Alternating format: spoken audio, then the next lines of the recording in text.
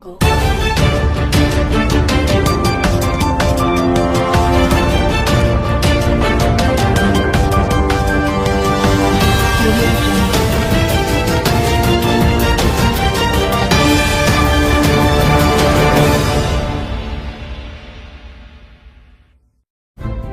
उत्तर प्रदेश जिला कासगंज थाना शोरो दिनांक 1 जनवरी 2025 को कासगंज की सोरो तहसील के तोलकपुर गांव में नववर्ष के आगमन और शौर्य दिवस के अवसर पर जिलाध्यक्ष माननीय प्रेम बाबू जी के कुशल नेतृत्व में कार्यकर्ता सम्मेलन मनाया गया जिसके मुख्य अतिथि अलीगढ़ मंडल के मंडल संयोजक माननीय विनय पाल सिंह जी और विशिष्ट अतिथि मंडल सह संयोजक माननीय राहुल कुमार गौतम जी तथा मंडल महासचिव माननीय ब्रिजेश कुमार जी रहे। संचालन माननीय डी.एस.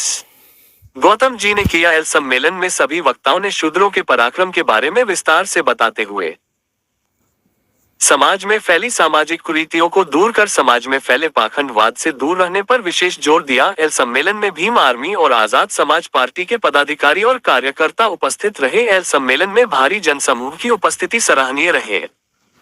अब सवाल इस बात का है, ये शौर्य दिवस क्यों मनाया जाता है? क्योंकि महाराष्ट्र में एक राजा था पेशवा बाजीराव। उसके यहाँ मनुस्मृति लागू थी। गली में हांडी पीछे झाड़ू बना हुआ महिलाओं को अपने स्तन ढकने का अधिकार नहीं था। ढकने पर महिला के स्तन को तराजू से तोला जाता था और उसका टैक्स लगता था। पशुओं से बढ़कर हमारे साथ बर्बरता की जाती थी। मनुस्मृति में क्या लिखा हुआ ये हमारे बहुजन समाज के लिए सब अच्छी तरह से मालूम है। कोई अपने जीव से किसी ग्रंथ का श्लोक बोल देता था तो उसकी जीभ काट ली जाती थी। कानों से सुन लेता था तो कानों में राख पिघला करके डाल दिया जाता था। अगर आंखों से देख लेता था तो दोनों आंखें फोड़ दी जाती थी। महल बनने पर जिंदा आदमी के लिए नींव में दफनाया जाता था। पहला बच्चा जो पुत्र होता था उसके लिए गंगा जी में फेंक के मार दिया जाता था।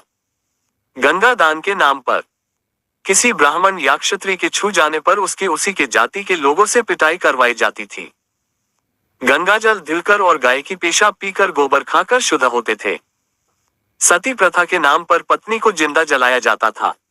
नौजवान बच्चे हमारे बाजार में बेचे जाते थे दास के नाम पर। हमारी बहन बेटियों की शादी देवता से करवाई जाती थी। उनका बलात्कार मंदिर में रह रहे पुजारी करते थे। पैदा हुए बच्चे का नाम हरिजन रखा जाता था, यानी हरि की औलाद, जो आज भंगी कहलाए जाते हैं। इससे परेशान होकर के हमारे समाज के 500 योद्धाओं ने हथियार उठा लिए और इस राजा की 28,000 सेना और राजा को धूल चटा दी और मार डाला। इस याद में ये दिवस मनाया जाता है। वहां पर विजय स्तंभ मौजूद है जहां पर शहीद हुए लोगों के नाम लिखे हुए हैं। इतिहास बहुत लंबा है। ये तो आपके लिए कुछ अंश बताए गए हैं। क्या ऐसे धर्म में आप रहना पसंद करेंगे? क्या आपकी घर वापसी नहीं होना चाहिए? वीडियो के लिए ज्यादा से ज्यादा शेयर करें, लाइक और कमेंट करें। ऐसी और वीडियो देखने के लिए चैनल को सब्सक्राइब जरूर करें। जय भीम नमो बुद्धाय। ब्रिजेश कुमार, मंडल महासचिव, भीम आर्मी, भारत एकता मिशन, करते हुए राजनीति के गुरु मान्यवर काशीराम के चरणों में श्रद्धा सुमन अर्पित करते हुए समय समय पर जन्मे सभी महापुरुषों को श्रद्धा सुमन अर्पित करते हुए मंच पर बैठे मेरे सभी पदाधिकारी एवं सामने बैठी मातृशक्ति और सामने बैठे मेरे पिता समान एवं सम्मानित साथी, सभी को मेरा क्रांतिकारी जय भीम। सम्मानित साथियों, जिस तरीके से हमारे मंडल महासचिव जी ने बताया था हुआ आपको पता है, लेकिन इस टाइम में हुआ कौन है? जो संसद के अंदर टकला टकला ने ऐसा माहौल पैदा कर दिया है इस उत्तर प्रदेश में कि आदमी दहशत में जी रहा है। और जो हमारे लोग हैं ना, जो सत्ता के गमन में जी रहे हैं, जो नौकरी कर रहे हैं, उस टकला के आवेश में, टकला की दहशत में जी रहा है। और वो टकला वो हमारे संविधान पर जितनी बार बोला है ना, उसने गलती बोला है, क्योंकि वो गमार है। एक भी शिक्षा ग्रहण नहीं की है उसने, और वो हमारे अधिकारों का एक एक करके हनन करा रहा है। वो चाणक्य है। और आप समझ रहे हैं कौन है वो? मैन पद पर बैठा हुआ है। तो ऐसे चाणक्य को निकालने के लिए ये बहुजन समाज जिस तरीके से आज के दिन का हमारे वीर योद्धा ने लड़ करके 28,000 को हराया था, उसी प्रकार से ये बहुजन समाज एक होकर के इनको संसद से फेंकने का काम करेगा। वो करेगा जब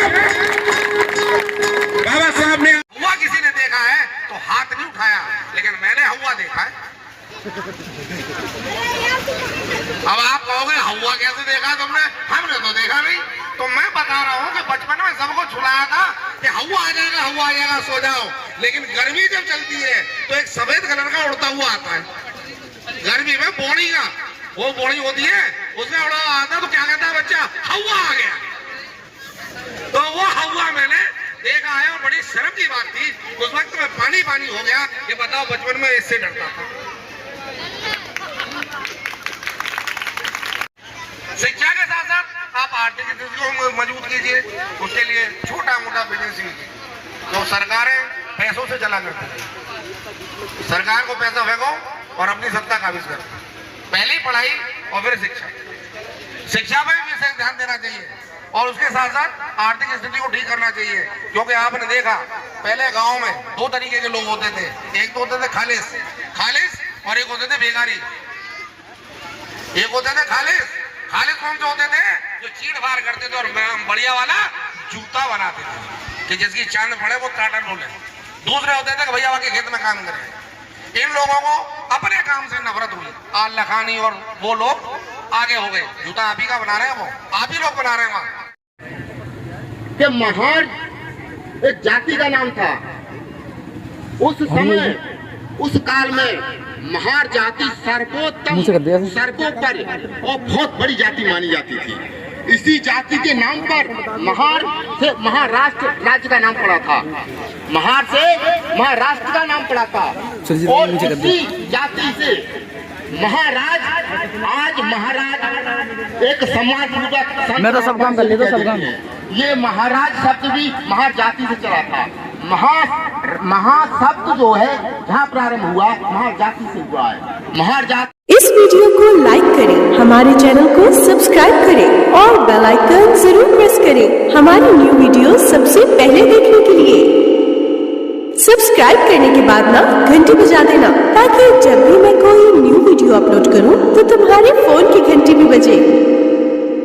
Welcome to our YouTube channel. Don't forget to like, subscribe and share the videos.